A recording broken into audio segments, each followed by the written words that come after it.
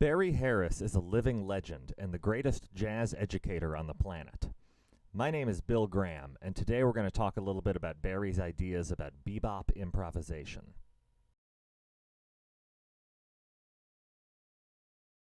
The two concepts we're going to be talking about today completely transformed my playing overnight. We're going to be talking about his concept for adding extra half steps to descending scale lines, and his concept of the family of four dominants. Let's get right to it. Okay, so the first thing we need to talk about is what Barry calls a dominant seventh scale.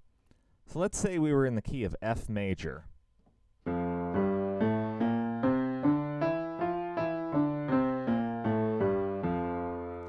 Well, the 5 chord in the key of F is a C7, right? So if we play in the key of F, just starting and ending on a C,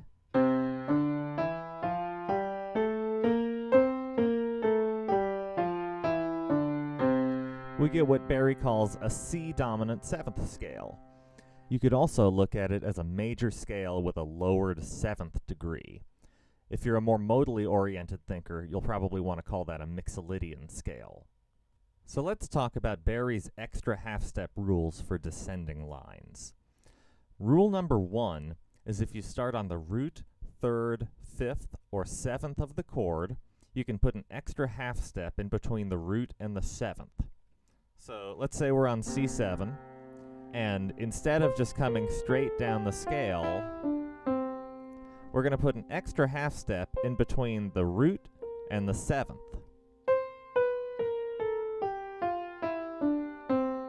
And when we do that, we end up with a chord tone on every strong beat. 1 and 2 and 3 and 4 and 1. We've got the root, then the 7th, the 5th, the 3rd, and then the root again. Okay, we can do that from the 3rd.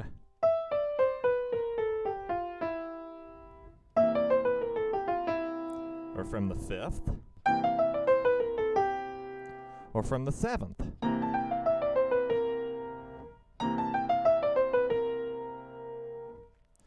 Rule number 2 is that if you start on the 2nd, 4th, or 6th, you add no half steps. Starting from the 4th, and starting from the 6th. Or you can add 2 half steps between the 2nd and the root, and then between the root and the 7th.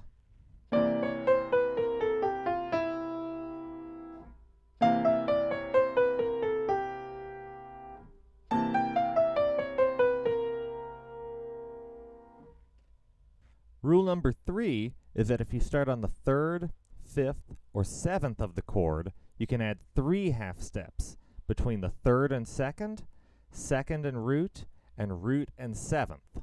So if we start on the 3rd,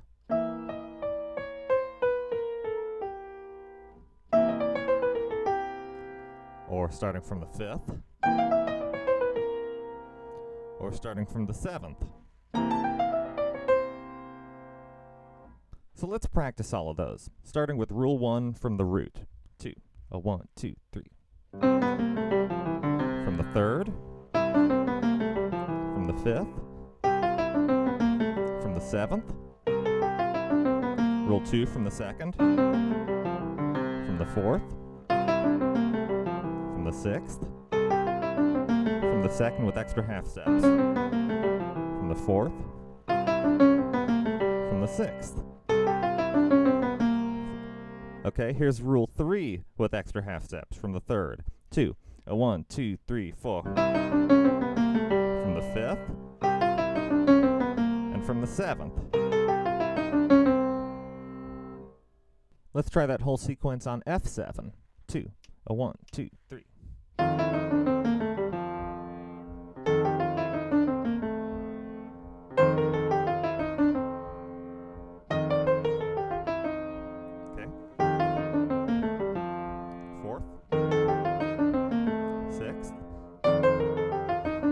Extras.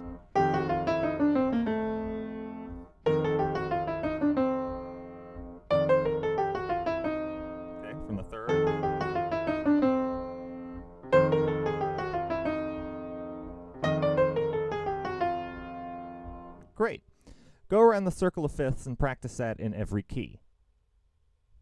So let's stay on F7 for a minute and talk about the 4 arpeggios that Barry shows us are inside of the F7 chord and F7 scale. So obviously there's an F7 arpeggio, and then there's also an arpeggio that starts on the 3rd of the chord.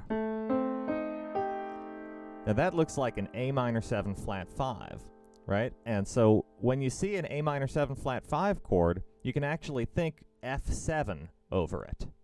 But you can also play this arpeggio over an F7 chord. Next, if we go up and start an arpeggio from the 5th, we get what looks like a C minor 7 chord, and it is. So Barry shows us that when you're playing a 2-5, just think 5. So when you're on C minor 7, just think F7. Okay? And lastly, there's an arpeggio on the 7th, which is E flat major 7. So now let's play each of these arpeggios into a descending scale line using the rules. So let's start with an F7 arpeggio. And if we resolve down from there, we end up on the 6th degree of the scale. So we're going to apply rule number 2, which is no half steps.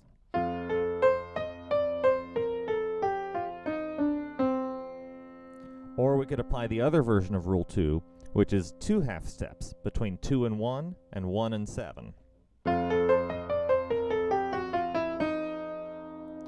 What if we resolve the arpeggio up? Okay, well now we're on the root, so let's apply rule number 1. Cool. What if we resolve the arpeggio up another 3rd? So what if we said, now we're on the 2nd, so we're going to apply rule 2 again. Or the other version of rule 2. Great. Okay, how about if we start our arpeggio from the 3rd? Well, if we resolve it down, we're back on the root, so we're going to apply rule 1. Okay. If we resolve it up, now we're on the 3rd of the chord, so we could apply rule 1. Or rule 3, which is a half step between 3 and 2, 2 and 1, and 1 and 7.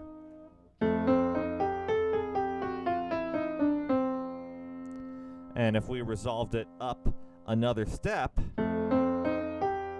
now we're on the 4th, so we're going to apply rule 2, or the other version of rule 2.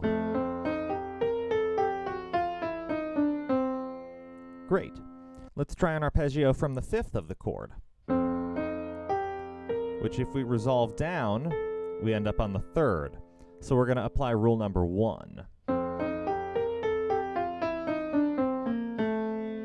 Or we could apply rule number 3.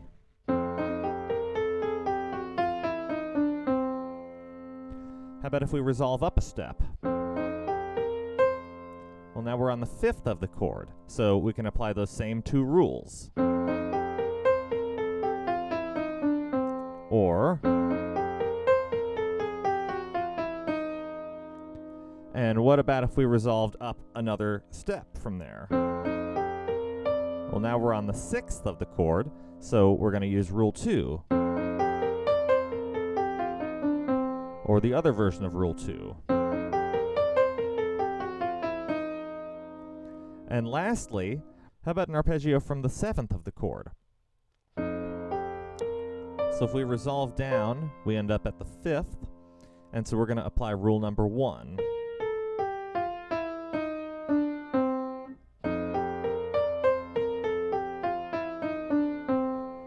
Or rule number 3.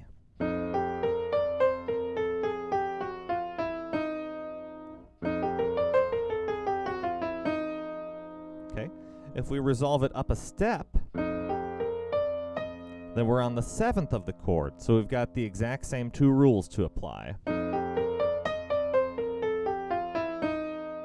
Or,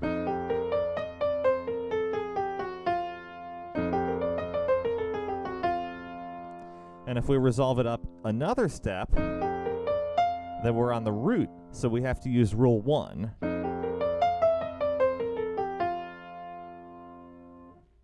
All right, let's try all of those combinations in a row. 2, a 1, 2, 3.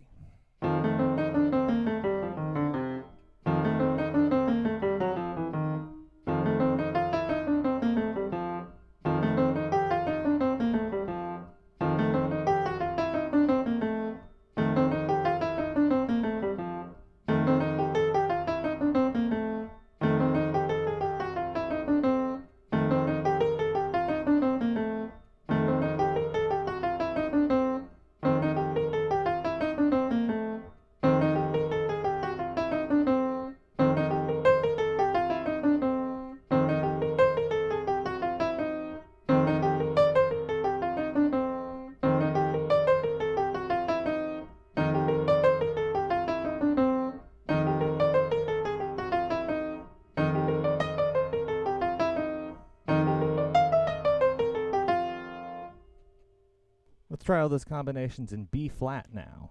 2, a 1, 2, 3.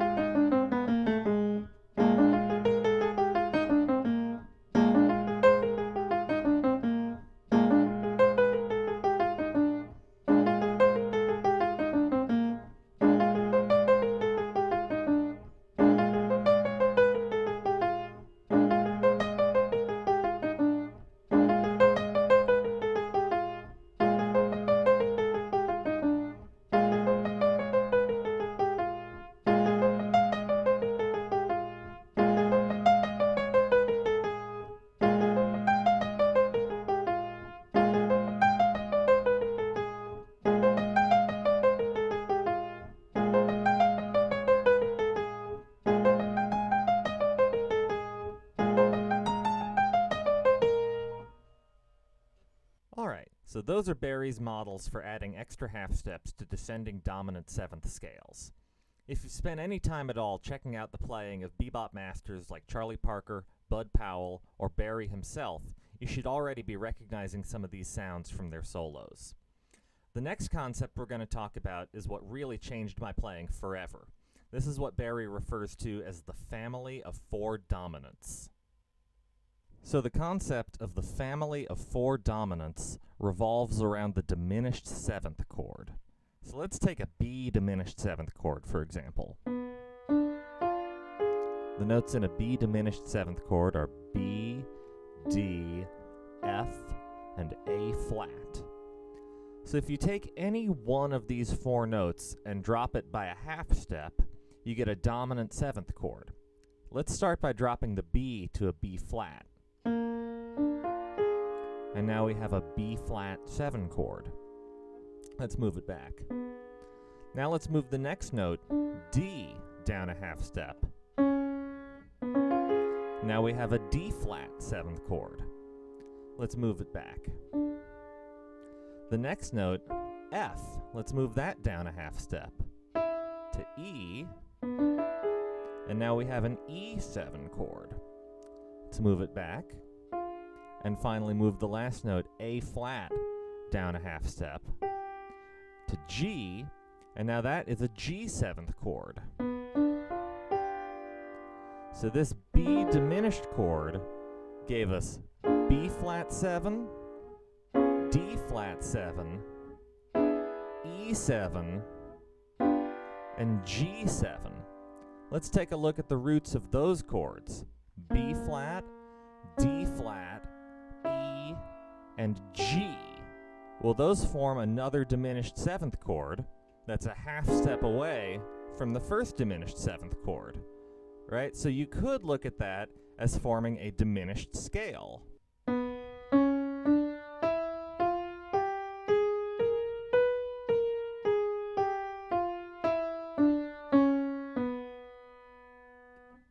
So because those four dominant chords are related together through that diminished chord, Barry calls them a family and shows us how we can substitute them for one another or superimpose them over one another as chord voicings, arpeggios, or full scale lines.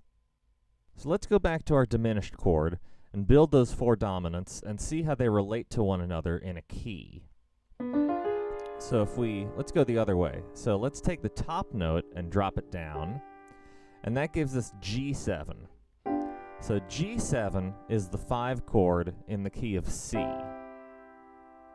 If we go back to our B diminished and drop the next note down, we get an E7, which is the 5 chord in the relative minor of C, which is A minor. Let's go back to our diminished chord and drop the next note down. So now D flat 7 is the tritone substitution for G7. So that means it's the tritone substitution for the 5 chord in the key of C. And then lastly, if we drop our lowest note, we get a B flat 7. Now B flat 7 is the backdoor dominant chord, or the flat 7 dominant chord in the key of C, and it's also the tritone substitution for the 5 chord in the relative minor, A minor. Another way I like to look at that backdoor dominant chord is as the 5 chord in the relative major of the parallel minor, right? So we're in C major. The parallel minor of C major is C minor. The relative major of C minor is E flat major. And the dominant chord, the 5 chord in the key of E flat major, is B flat 7. So that's how B flat 7 is related to the key of C major.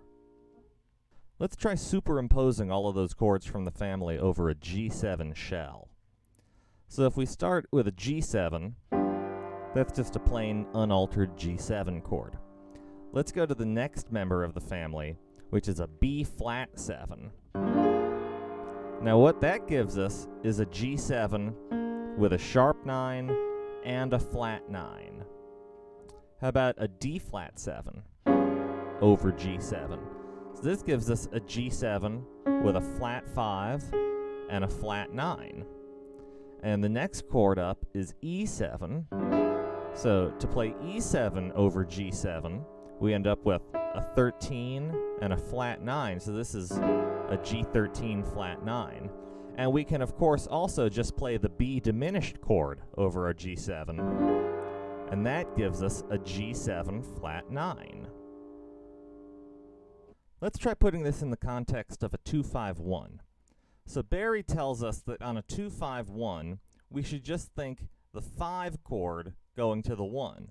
Or we can think the 5 chord over the 2, and then when we get to the 5 chord, you can go to one of the other chords from the family of 4 dominants. Barry calls this playing with your brothers and sisters. So let's start by over D minor 7, G7, C major 7. We're going to think G7 over both D minor 7 and G7, and then we're going to resolve into a chord tone of C. 2, 1, 2, 3.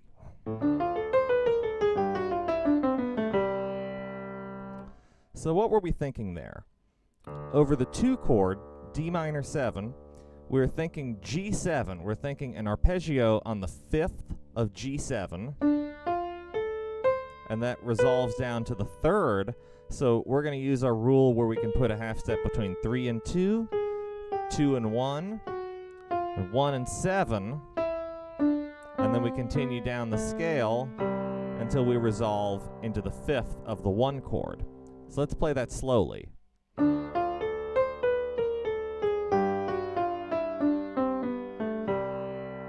And back up at tempo. 2, 1, 2, 3. Good. Let's try another one. This time we're going to come up from the 7th of a G7 chord. And we applied the exact same rule. So we put a half step between 3 and 2, between 2 and 1, and between 1 and 7. Slowly.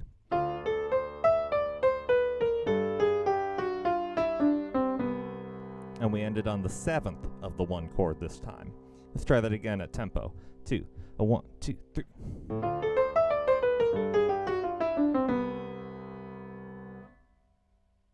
Let's try using one of the siblings over the 5 chord. So now we're still going to think G7 over the 2 chord, but when we get to the 5 chord, let's think D flat 7. So over D minor 7, we're thinking G7. But now on G7, let's think D flat 7. So this note right here, B flat, that we landed on, is the 6th of a D flat 7 scale. So we're going to use the rule where we add a half step between 2 and 1 and a half step between 1 and 7.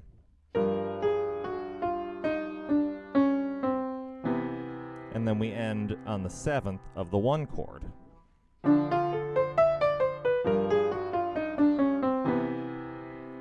So that's a great sound that you would never come up with using chord scale theory.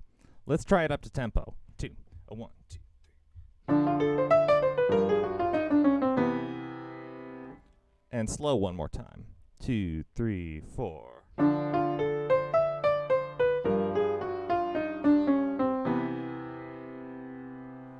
Okay, great. Let's try thinking B flat 7 over G7. 1, 2, 3, 4. Okay, so we played up a G7 arpeggio from the 7th, and then we got up to the root, so we used our rule to add a half step between 1 and 7, and then when we got to our G7, we landed on a D natural. So that's the 5th of G7, but it's also the 3rd of B flat 7. So we came down our B flat 7 scale and used our rule to put a half step between 1 and 7. And then we resolved up into the 3rd of the 1 chord.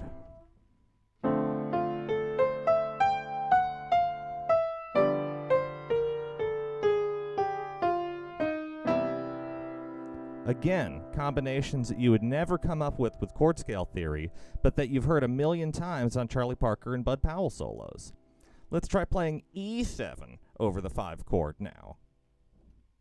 So we're still going to think G7 over the 2. But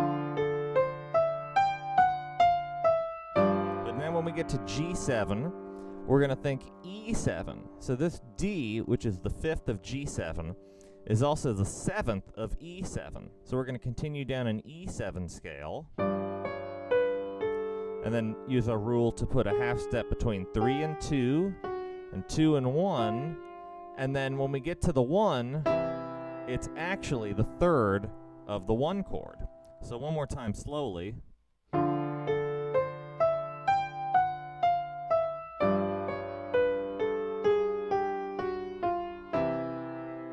And up to tempo, 2, 3, 4.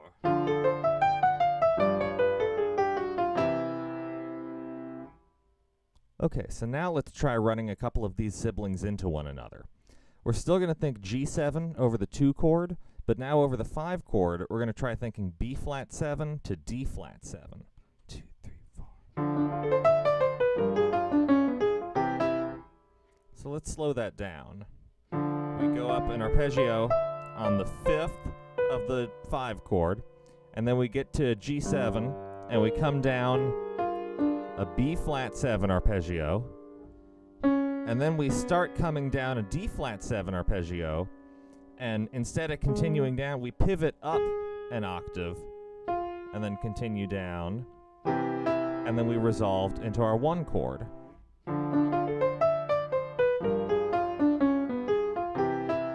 Back up to tempo. 2, 3, 4.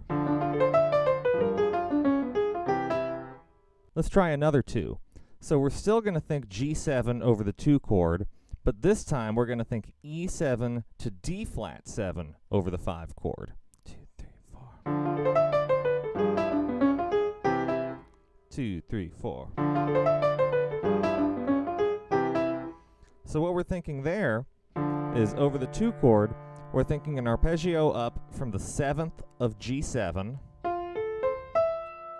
and then walk down our G7 scale.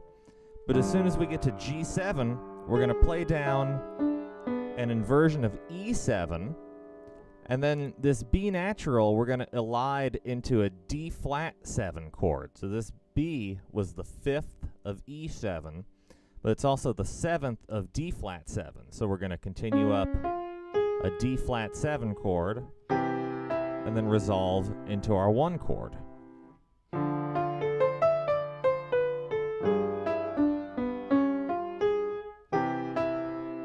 Let's take that back up to tempo. 2, 3, 4. Okay, this time over the 5 chord, let's go back and think B flat 7 to D flat 7 again. But this time we're going to think arpeggios from the thirds of those dominant chords. So over D minor 7, we're again thinking G7. And over the G7, we're going to go up an arpeggio on the third of B flat 7. And then an arpeggio on the third of D flat 7. And then we're going to resolve into our 1 chord.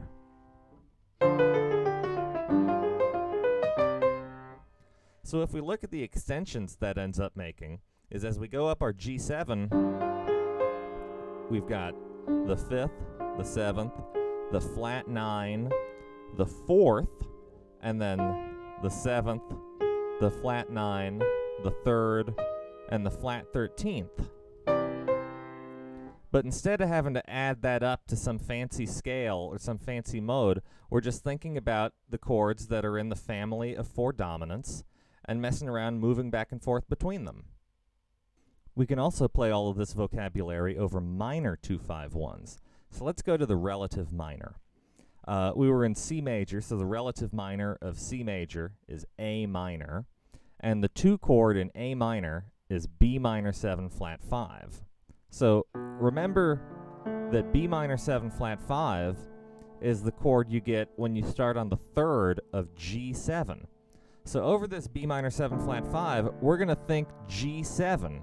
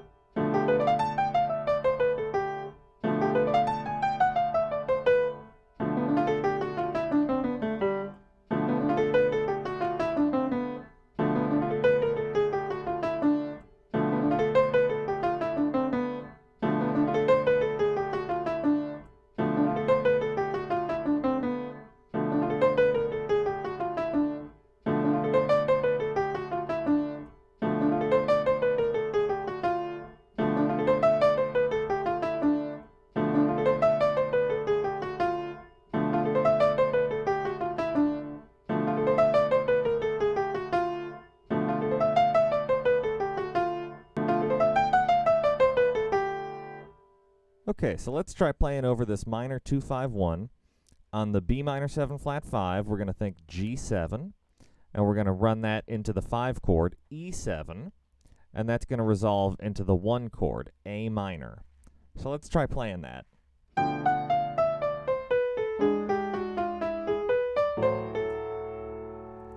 So what did we just play? On B minor 7 flat 5, we came straight down a G7 scale. So we started on the root. So we put our half step between root and 7, and then walked down the scale. And then that connected into the 3rd of E7, where we put our rule where we got a half step between 3 and 2, and then 2 and 1. And then we just came right up our E7 arpeggio, and that resolved into A minor.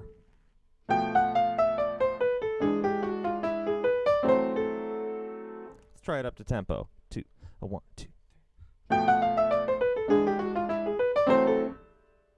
So now let's try using some of the siblings over this minor 2-5. We're going to start thinking G7 over the B half diminished, And then when it goes to the 5 chord, when it goes to E7, we're just going to continue to think G7 over that. And then we'll resolve into A minor. So let's see what that sounds like.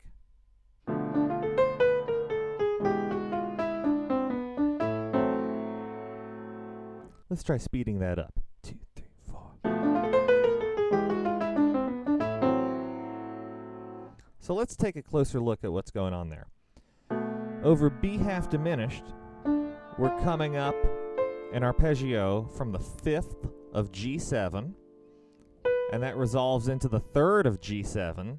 So we use our half step rule between 3 and 2, and then between 2 and 1. And then we're on E7, but we're still thinking G7 above it. So we use our half step rule between 1 and 7, and then just walk down the chord, or walk down the scale, get to the 3rd, jump up 1 chord tone, and then resolve into A minor.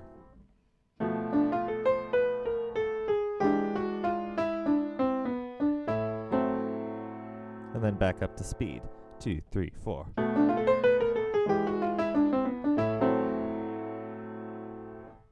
This time, let's try thinking B flat 7 over the 5 chord. So on B minor 7 flat 5, we're still going to be thinking G7, but when it goes to the 5 chord, E7, now we're going to think about B flat 7 on top of that.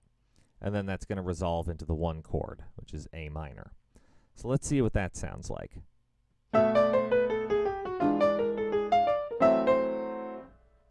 Let's take a closer look at that. Over the B half diminished, we're starting on E natural, which is the 6th degree of our G7 scale. So we're just going to come down G7, put our rule between 2 and 1, and our rule between 1 and 7. But when we get to that 7, the chord changes to E7. And we're looking at this F as actually being the 5th of B flat 7.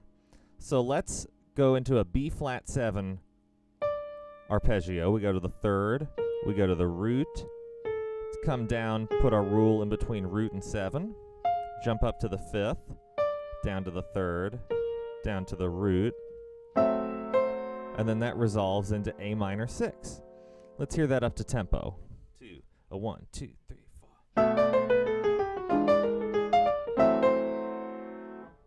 This is the last example we're going to look at today, and this is kind of similar to something we played in major, but now it's in a different context. So over B half diminished, we're still going to think G7, but when we go to E7, we're going to think B flat 7 to D flat 7, and then that's going to resolve into our 1 chord, A minor. So let's hear how that sounds. 2, 3, 4.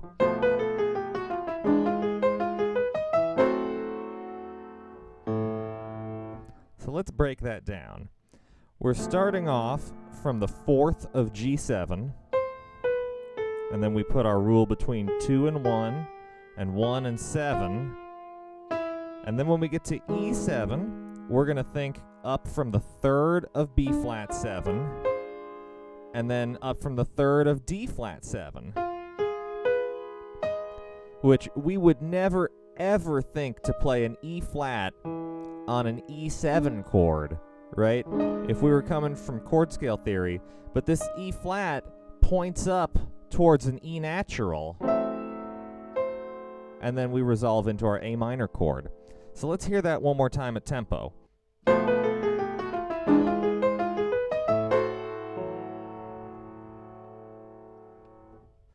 Barry's theories are incredibly deep, and we just scratched the surface today, but I hope you can tell from just this brief introduction how valuable this information really is. Like I said, learning these concepts completely changed my playing overnight. Work on them, and I'll bet they can do the same for you. That's about it for this episode. Next time, I'll be looking at applying these concepts to playing on an actual tune. I hope you enjoyed this video. Please like, share, and subscribe. If you have any questions, just leave them in the comments below. Thanks for watching. Until next time, take it easy.